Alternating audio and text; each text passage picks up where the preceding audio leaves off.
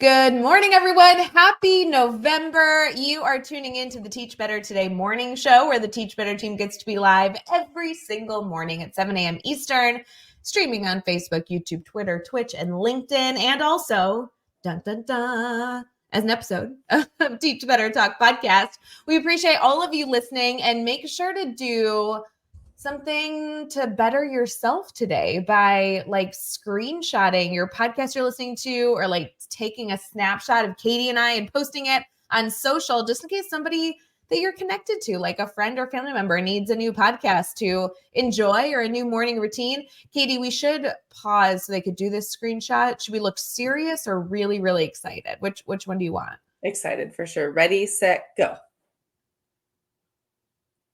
We'll be right back.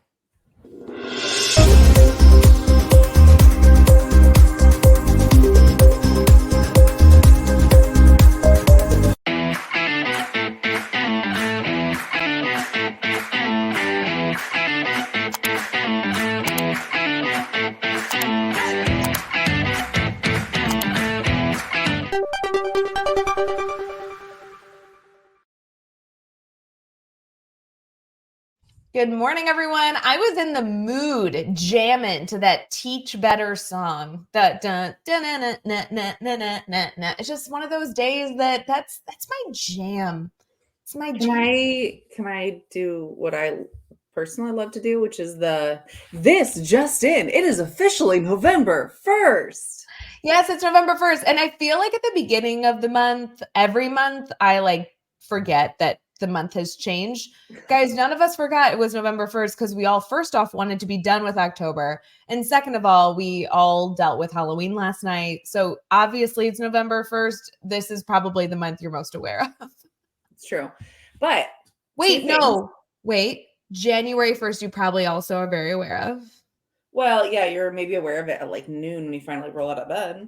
Oh, good point. And then is there any other? I think it's just January and November. You're very hyper aware that it's a new month. Yeah.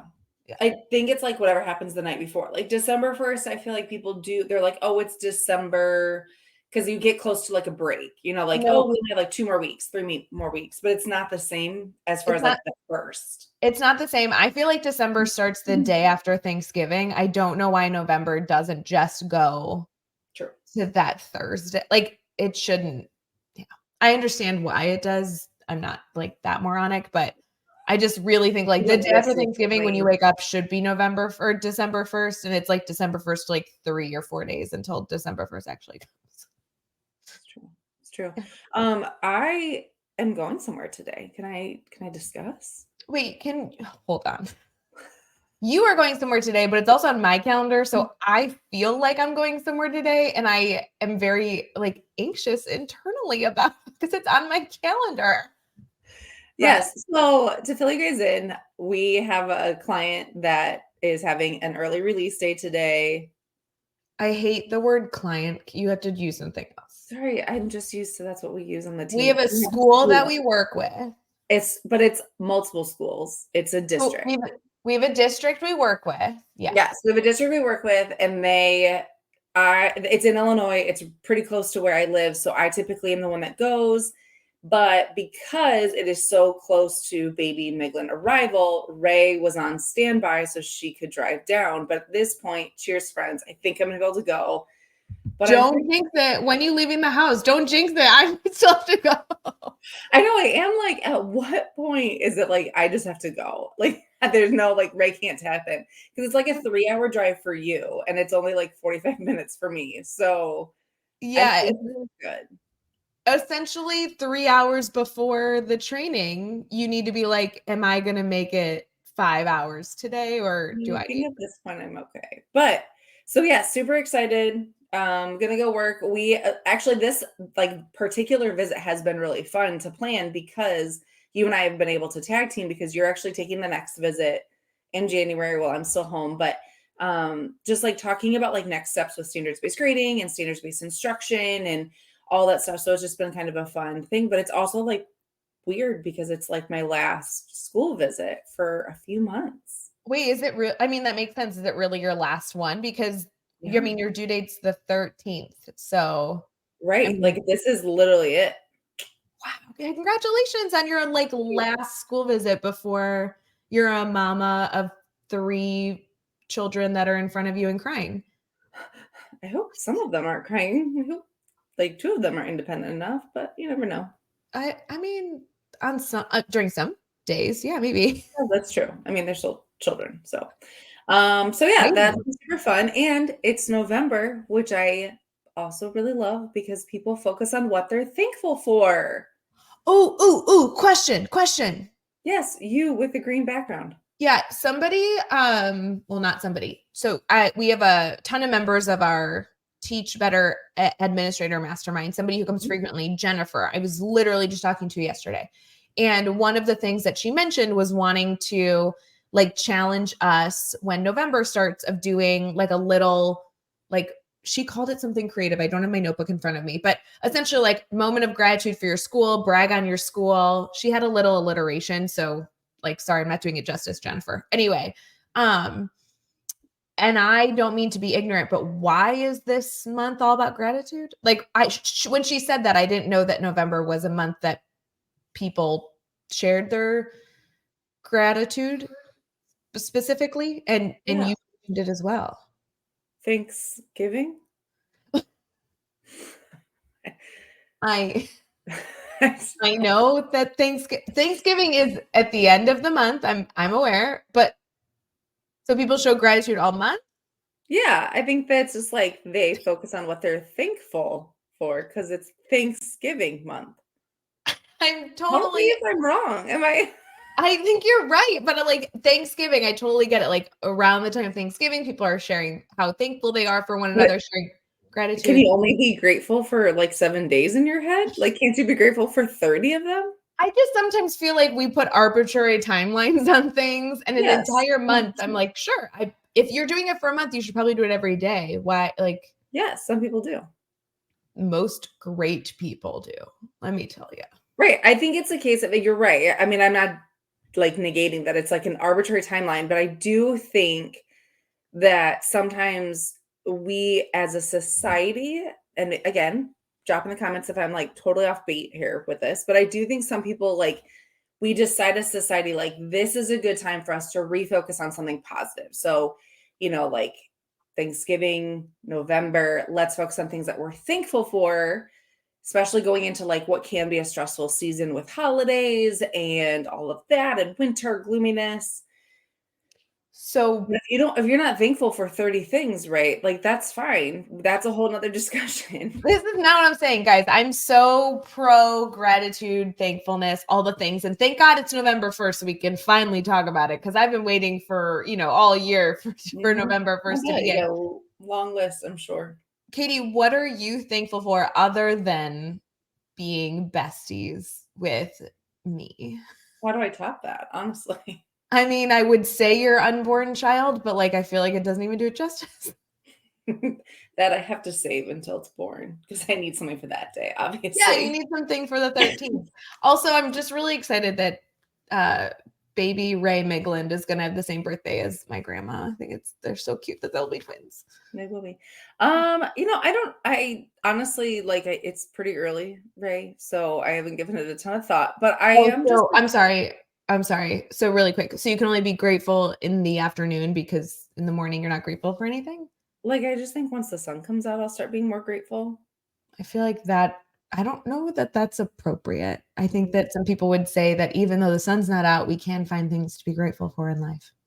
I'm grateful that Halloween was yesterday and I'm I just need more time. I need more time. I'm grateful for my coffee this morning. There you go. Cheers, friends. Do we have like some chips and guacamole or queso and something to talk about? Oh, I should we make a Thanksgiving theme now that it's November? I think we should talk about the mashed potatoes and gravy. Boom. Not the stuffing and green beans. I mean, sure. Okay, so I know that I'm gonna be canceled from this show, but I don't really I'm pretty like sure Thanksgiving. we're both on our way out after the nonsense the last 3 minutes. It's been almost 10, so good for us. I don't really like Thanksgiving food. I don't want Thanksgiving to Okay, be wait, this will probably come up later, but no one in my household does either. And this Thanksgiving, because we'll have a newborn, we are not celebrating with extended family. And it has been the biggest debate as to what we will consume on Thanksgiving because I'm the only one that eats it. So here's my shameless plug, friends. If you live within an hour of where I live, if you want to drop off stuffing, pumpkin pie, mashed potatoes and gravy, like just bring it my way, because at this point, the number one thing that my family, again, in my house, want is pizza. Mm-hmm. Pizza Yeah. on Thanksgiving sounds wrong. Yeah, I can't condone that. Thank you. So I just want a tub of mashed potatoes. I don't think there should be gravy or no anything. gravy? I don't need gravy. It's gross. Can you get the teacher talk? Because I'm like getting more and more disappointed in It's you. not called the teacher talk. It's called the team talk, Katie. Team talk segment starting now.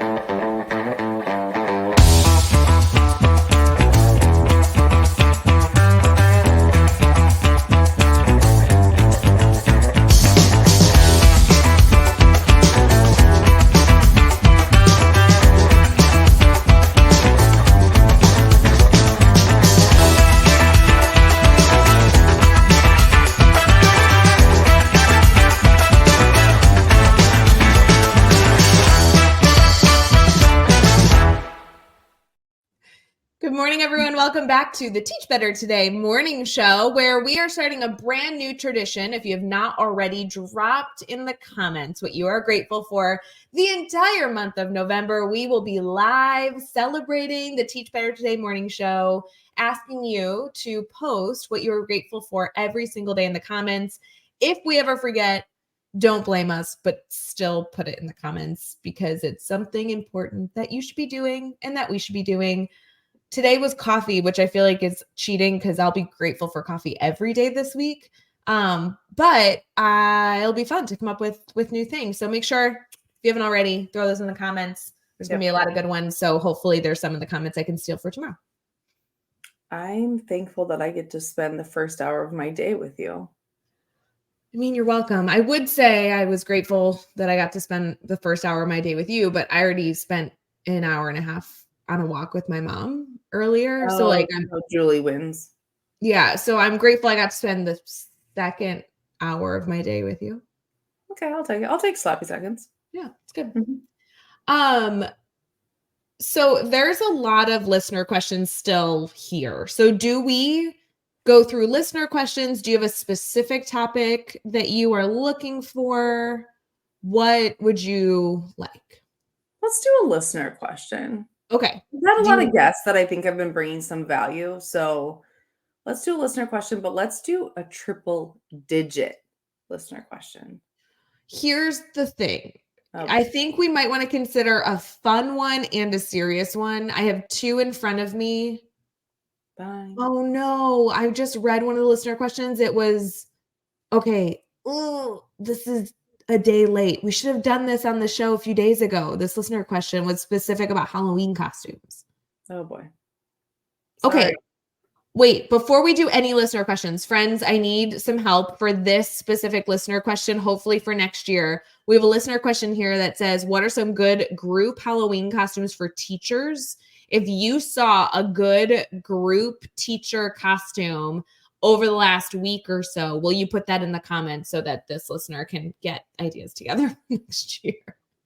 But we won't do that one because now it's not applicable. So sorry that we messed up.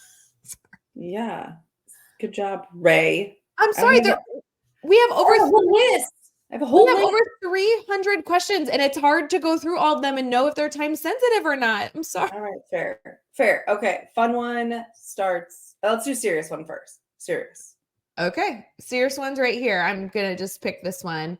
How do we get parents to understand the importance of helping their child at home?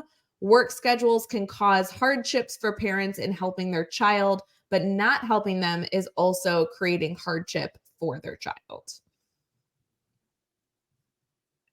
Do you want to do the fun one? Just kidding.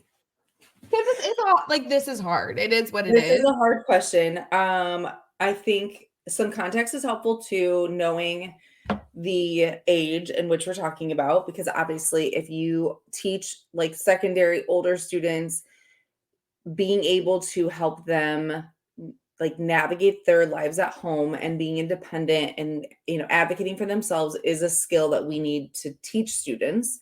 So that is like kind of a separate answer. My guess is that we're probably leaning on younger students as the context of this question.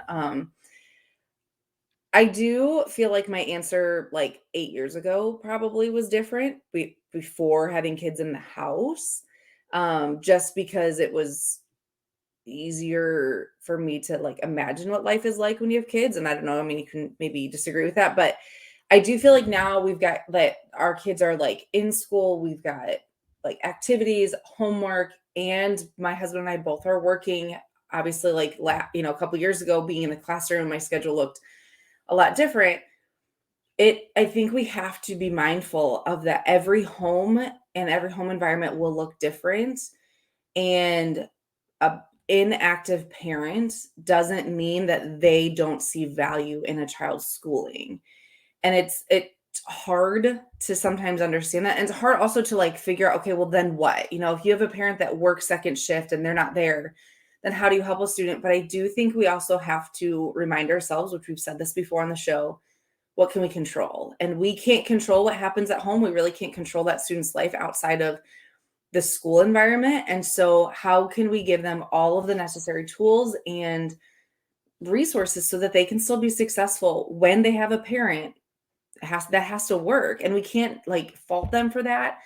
You and I have had many conversations about homework and things that need to be done outside of school. And I know that this is like a hot topic, which we don't necessarily need to get into. But the reality is some parents have to work, and they may not want to, they may not like have any other choice, whether it's two parents, one parent, or maybe a whole handful of people. It doesn't matter. You can't control that. And so if you find that you are in a school that this is a hardship for you, parents are not active at home, then you have to control what you can control. And that's literally the 7 to 8 hours you're with that student. And you have to instill in them like some quality things. Like, I mean, even the nights that like we're busy, it's like, okay, you have to read tonight. Can you have a coloring sheet? Like, what are some things that you can give a student that they can be independent and do on their own and maybe still like learning or growing without the use of an adult? So, Ray, take it away. No, I think you're spot on. I think having conversations with colleagues and students to understand what home life looks like is an essential step, as frequently as possible. And I also think that the suggestion of the the the thing, whatever the thing is that you want them to do at home, should be something that either the student can work on independently or needs to be not content driven. Maybe it's more Mhm. reflection driven, where you want the child to do reflection with people at home, and they can use a sibling to do that Yeah. versus a parent or like they can use a grandparent or a neighbor. So I think utilizing the homework-esque to be more reflection, debrief focused can really help. The other thing I really feel strongly about, and I talked a lot about this when I think I did a reel on this question as well, or at least one like it, was the concept of you cannot blame people for doing things a certain way that you have not explicitly taught. So if your expectation in some way, shape, or form is that the parent, guardian, sibling, something is a part of the child's learning experience, that needs to be taught and retaught and evaluated on its success and then adjusted.